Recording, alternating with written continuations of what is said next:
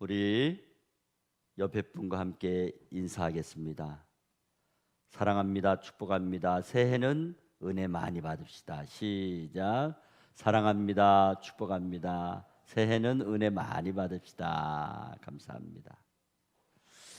오늘 봉독한 말씀을 가지고 새해는 어떻게 살까? 그런 제목으로 함께 은혜를 나누려고 합니다. 새해가 되면은 많은 사람들이 개인적으로 또 가정적으로 또는 사업적으로 이 결단을 많이 합니다. 결심을 합니다. 그래서 이러이러한 것은 하지 말아야지. 또 이러이러한 것은 꼭 해야지. 이렇게 계획을 세워요. 그런데 재미난 것은 매년 3일 동안은 참 잘한다고 합니다. 그리고 그 이후에는 언제부터 그랬냐는 듯이 다시금 제자리에 와 있는, 그래서 하지 말아야 될 것을 안 한다고 해놓고 다시 행하는 사람들이 많이 있다고 합니다. 그래서 작심삼일이라 그런 말이 나온 것입니다. 오늘 우리가 이처럼 성경을 읽어야지 그러면서도 3일 동안은 또 잘 읽다가 또 성경을 제대로 읽지 못하게 되는 것을 많이 봅니다. 성경을 읽을 때마다 우리는 항상 당시의 사람들의 삶이 궁금할 때가 있습니다. 그분들도 지금의 우리와 똑같은 상황의 변화와 영향을 받으면서 살았을 것입니다.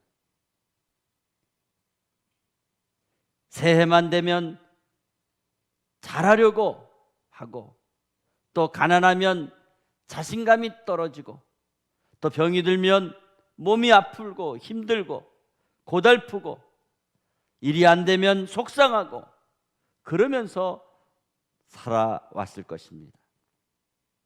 모든 인생의 과정 속에서 크고 작은 어려움이 없는 사람은 한 사람도 없습니다. 물론 기쁜 일도 많이 있었겠지만 성경 말씀에는 그런 일상에 대해서는 자세하게 언급하고 있지 않습니다. 대부분 하나님과 교회와 성도와 사도들과 선지자들과 어떤 인물들, 그들이 견디고 버티고 사랑하고 인내하고 감사하고 섬기는 그런 이야기뿐입니다. 그래서 적지 않은 그리스도인들의 신앙과 삶이 분리되어 살아온 이유가 바로 여기에 있을 수 있습니다. 이 시간에 우리는 본문 말씀을 통해서 구체적인 성도의 삶을 바탕에 두고 성경의 세계를 들여다 볼 수 있기를 바랍니다. 오늘 본문인 에베소서 5장 15절에 18절 말씀을 아무 생각 없이 읽게 되면 신앙적인 그저 권면 정도로 이해할 수 있습니다. 여기에 기록된 단어들을 보게 되면 지혜, 세월, 악, 주의 뜻, 술 취함, 성령 충만 등이 순서대로 나옵니다. 에베소서 기자가 이런 단어들을 통해서 말씀하고 싶어하는 것이 무엇인가를 생각해 보려고 합니다.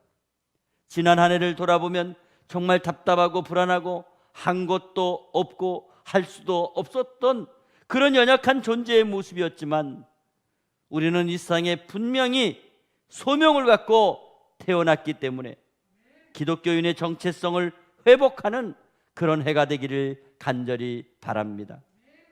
이 시간 우리가 봉독한 에베소서가 쓰여질 그 당시에는 그리스 문화로 철학이 영향력을 미치고 살았던 시대입니다.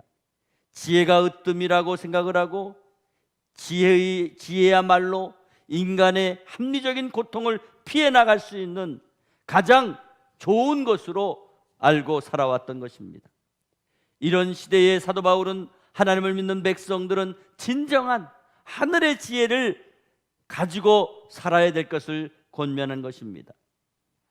전도서 7장 11절에 12절에 지혜는 유상같이 아름답고 햇빛을 보는 자에게 유익이 되도다.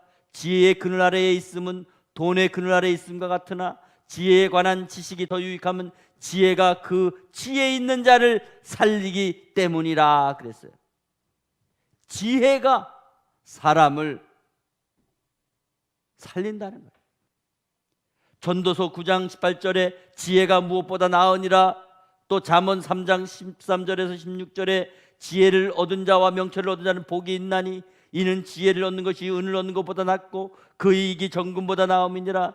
지혜는 진주보다 귀하니 내가 사모하는 모든 것으로도 이에 비교할 수 없도다. 그의 오른손에는 장수가 있고 그의 왼손에는 부기가 있나니. 잠언 2장 20절에는 지혜가 의인의 길을 지켜준다고 했고, 잠언 9장 11절에는 지혜가 생명을 길게 해준다고 했고, 에스겔서 28장 4절에는 지혜가 재물을 얻게 한다고 했고, 다니엘서 12장 10절에는 지혜가 깨닫게 해준다고 했고, 잠언 23장 19절에는 지혜가 바른 길로 인도한다고 했고, 잠언 4장 6절에는 지혜가 보호하고 지켜준다고 했고, 전도서 7장 12절에는 지혜가 생명을 보존해 준다고 했습니다. 이렇게 성경 말씀에는 지혜에 대한 말씀이 많이 나오고 있습니다. 그리고 오늘 본문 15절에 그런즉 너희가 어떻게 행할지를 자세히 주의하여 지혜 없는 자같이 하지 말고 오직 지혜 있는 자같이 하여, 이렇게 말씀했습니다. 여기 보면 지혜 없는 자같이 살지 말고 지혜 있는 자같이 살라는 말씀을 하고 있는 것입니다. 그러므로 이 시간 본문 말씀을 통해서 2021년 새해는 어떻게 살 것인지 지혜 있는 자처럼 생각하며 은혜를 나누겠습니다. 첫째로, 새해에는 신중하게 살아야 합니다. 오늘 본문 15절에 그런즉 너희가 어떻게 행할지를 자세히 주의하여 지혜 없는 자같이 하지 말고 오직 지혜 있는 자같이 하여 하는 말씀이 있어요. 한마디로 지혜 있는 자는 어떻게 살 것인가를 구체적으로 말씀해 주는 거예요. 지혜라는 말은 주의하다, 원어로 보면 플레포, 문자적 의미는 보다, 그런 뜻으로 여기에서는 주의 깊게 살피다, 그런 의미를 갖고 있습니다. 그리고 여기 행하다 하는 말은 걸어다니다, 살아가다, 따라다니다, 그런 뜻입니다. 다시 말씀드리면 너희가 어떻게 인생의 길을 걸어가야 할 것인지 주의 깊게 살펴라, 그런 뜻입니다. 그렇습니다. 우리는 새해는 신중하게 살아가야 될 줄 믿습니다. 길을 걸어갈 때에 웅덩이가 있는지, 아니면 어떤 함정이 있는지, 아니면 어떤 장애물이 있는지 잘 살펴보고 걸어가라는 말씀입니다. 주변 사물의 이치나 상황과 정황을 제대로 알고 현명하게 대처하며 살아가라는 말씀입니다. 깊이 생각을 하고 살라는 겁니다.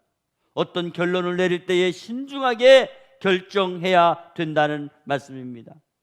개인의 삶에서 신중하게 하지면 안 됩니다. 혹여 어려움에 처한 사람에게 현명한 조언을 할 때에도 신중하게 해야 됩니다.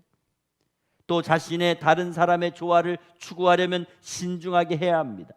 자신의 이익과 타인의 이익의 균형을 유지하려고 할 때도 신중하게 해야 합니다. 배려와 공감을 기반으로 한 판단을 내리려고 할 때도 신중하게 해야 됩니다. 문제를 합리적으로 접근하기 위해서도 사고와 감정과 행동을 신중하게 해야 됩니다. 어떤 결과를 예측하고 판단하는 데 있어서 신중하게 해야 됩니다. 말을 할 때에도 신중하게 말을 해야 됩니다.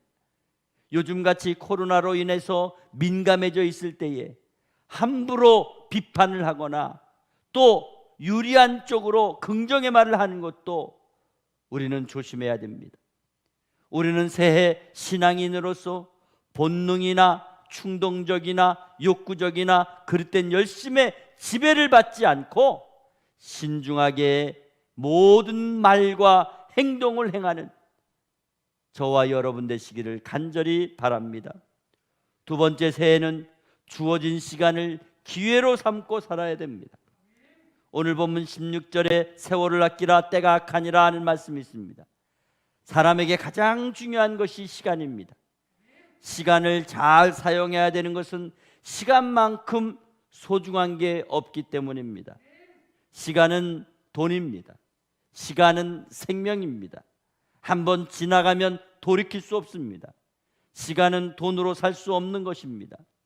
여기 세월을 아끼라 하는 말씀에서 세월은 일반적 의미의 시간을 의미하기보다는 기회, 적절한 기간, 이런 뜻입니다.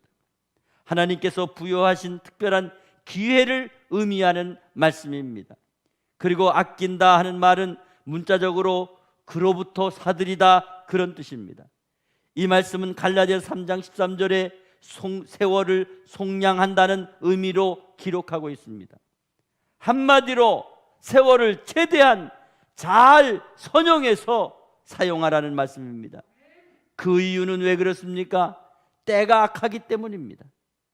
하나님께서 주신 기회를 잘 활용하지 못하도록 유혹하고 미혹하는 것들, 방해하는 것들, 그리고 장애물이 많이 우리 앞에 있기 때문입니다. 우리는 악한 시대에 살고 있습니다. 그렇지만 하나님께서 주신 모든 시간을 최대한 기회로 사용하여 하나님의 뜻을 이루어 드려야 되는 것입니다. 이 세상은 하나님께서 우리에게 허락하신 기회의 시간이고 땅입니다. 우리는 이 세상에서 주어진 삶을 기회로 받아들이고 살아가야 되는 것입니다. 우리에게 주어진 시간은 1년 365일 8760시간이 공평하게 주어졌습니다. 그러나 그 시간을 어떻게 활용하느냐에 따라서 최고의 하루가 되기도 하고 또 최악의 하루가 되기도 하는 것입니다. 그러므로 하루를 어떻게 살아가고 있는가를 살펴보면 그 사람의 미래를 엿볼 수가 있는 것입니다. 시간은 모든 사람에게 동일하게 주어졌습니다. 그러나 시간을 어떻게 살아가고 있느냐에 따라서 그 사람의 인생이 달라지는 것입니다. 시간은 물처럼 흘러가기도 하고 바람처럼 날아가기도 하는 것입니다. 분명한 것은 시간은 우리를 기다려주지 않는다는 것입니다. 우리들의 시간표에는 되돌이표가 없습니다. 나는 다른 사람의 시간을 단 1초도 쓸 수도 없고 또 다른 사람들은 내 시간을 1초도 쓸 수가 없습니다. 우리 각자에게 주어진 시간을 기회로 알고 오직 하나님의 영광을 위해 사용하시기를 바랍니다. 어렵고 힘들다고 코로나로 막혔다고 쉽게 포기하시면 안 됩니다. 어려움은 이겨내라고 있는 것입니다. 불가능은 가능을 하기 위해서 있는 것입니다. 절망은 소망이 있기에 잠시 들러리처럼 나타났다가 없어지는 것입니다. 위기는 기회를 빛나게 하기 위해서 있는 것입니다. 그러므로 낙심도 불황도 실패도 갈등도 다 인생의 스토리를 만들어가기 위한 재료로 사용하시기 위해 있다는 것을 아시고 시간을 기회로 만들어 가시기를 바랍니다. 성경에 나오는 인물들에게서 배울 수 있는 것은 인생의 위기를 기회로 만들었다는 것입니다. 아브라함은 2번이나 아내를 누이라고 속였던 사람입니다. 야곱은 아버지와 형을 속이고 도망자로 살았습니다. 또 자식에게 속고 삼촌에게 속았습니다. 요셉은 형들에게 버림을 받았고 종으로 팔려 억울하게 옥살이도 했습니다. 모세는 태어날 때부터 기적같이 살아났으며 애굽의 왕자로 살았지만 도망자로 살았습니다. 다윗도 어릴 때부터 양을 치면서 형들에게 멸시받고 또 성장해서 아무 이유 없이 도망다니며 살았습니다. 자식의 배신도 보았습니다. 또한 예수님도 33년 이 땅에 사시다가 십자가에 피 흘려 죽으셨습니다. 이런 모든 분들의 인생은 그 인생 자체가 얼마나 힘들고 어려웠는지 모릅니다. 그러나 그들은 실패자가 아니었습니다. 그들은 영원한 승리자의 인생을 살았습니다. 2021년도 새해는 하나님께서 여러분에게 주신 또 다른 기회의 시간으로 기억하시고 힘들어도 어려워도 조금 내 맘대로 안 되는 일이 있더라도 우리는 그 시간을 기회로 살려서 살아가시기를 바랍니다. 세 번째로 새해는 하나님의 뜻을 분별하며 살아야 합니다. 오늘 보면 17절에 그러므로 어리석은 자가 되지 말고 오직 주의 뜻이 무엇인가 이해하라 말씀하셨습니다. 새해는 바른 판단과 바른 분별력으로 주님의 뜻을 따라 살아가시기를 바랍니다. 바른 판단과 바른 분별력의 기준은 하나님의 말씀에 있습니다. 어떤 사람은 세상의 상식이나 법이나 윤리나 철학이나 가치관, 세계관을 판단의 기준으로 삼고 사는 사람이 있습니다. 어떤 사람은 자신의 이기심과 편리나 쾌락이 판단의 기준이 되어 살아가는 사람이 있습니다. 그러나 우리 성도의 삶의 판단과 기준은 언제나 하나님이시며 하나님이 뜻이 되어야 될 줄 믿습니다. 한 번은 영국 런던에서 15,000명이 모이는 집회를 여는데 계획을 세우고 스펄전 목사님을 초청했습니다. 그런데 목사님은 이런저런 이유를 대며 사양했습니다. 그래서 준비하는 사람들이 목사님께 따져 물었습니다. 목사님, 아니 15,000명이나 되는 많은 군중이 모여서 목사님의 설교를 듣는다고 하는데 왜 안 하는 겁니까? 그때 스펄전 목사님은 이렇게 말했습니다. 15,000명이 모이는 것이 중요한 것이 아니라 거기에 하나님의 뜻이 있느냐 없느냐가 중요한 것입니다. 그렇습니다. 우리는 지금 코로나로 인하여 자유롭게 예배드리지 못하고 어쩌면 영적으로 굉장한 타격을 받으며 여러 가지 불만 섞인 의견들이 분분하고 잘했다 잘못했다 서로의 잘잘못을 따지려고 할 때가 많이 있을 것입니다. 분명한 것은 우리 인간의 시각으로 볼 때는 많이 모이고 또 모든 것이 순조롭게 되는 것이 주님의 뜻인 것처럼, 주님의 일인 것처럼 겉으로 드러나는 상황만 보고 긍정적인 입장을 표명하려고 할 때가 많습니다. 그러나 과연 우리는 하나님의 뜻을 얼마나 알고 살아가고 있습니까?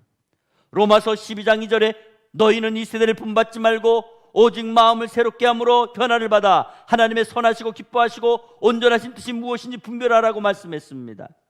여기서 말씀하는 이 세대가 어떤 세대입니까? 하나님을 의식하지 않고 하나님을 두려워하지 않고 영생에 대해서 중요하게 생각하지 않고 살아가는 현실적인 세대를 말씀하고 있는 것입니다. 그러므로 마음을 새롭게 하고 변화를 받아 하나님의 선하시고 온전하신 뜻이 무엇인지 분별하라고 말씀했습니다. 여기 새로운 마음으로 변화받는 것이 무엇입니까? 성령 충만, 은혜 충만입니다. 성령 충만, 은혜 충만은 어떻게 받을 수 있습니까? 어떻게 할 수 있습니까? 기쁨으로 감사하며 감격하며 나보다 남을 더 생각하고 내 생활보다 남의 생활에 관심을 가지고 더 사랑을 베풀어 나가는 것을 말씀하는 것입니다.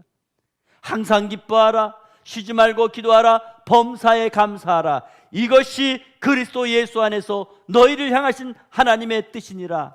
그렇습니다. 하나님의 뜻은 멀리 있는 것이 아닙니다. 가장 가까이 저와 여러분의 삶의 현장에 어떻게 살아가고 있느냐 하는 것입니다. 항상 기뻐하고 쉬지 않고 기도하며 범사에 감사하며 살아가는 것입니다. 한 번은 평생 하나님의 뜻대로 살고 또 그 살기를 힘쓰던 무디 목사님 교회에 성도가 목사님을 찾아왔습니다. 목사님, 제가 사업을 시작하게 되었는데 와서 개업 예배를 드려주십시오. 그래서 목사님은 갔습니다. 가서 예배를 드려주려고 보니까 양조장이에요. 양조장을 개업하면서 잘 되도록 예배 드려달라는 거예요. 무디 목사님이 먼저 기도합시다. 사람들이 많이 모였어요. 기도하는 거예요. 오 하나님, 이 양조장이 오늘 예배를 드리고 내일부터 문을 연다고 합니다.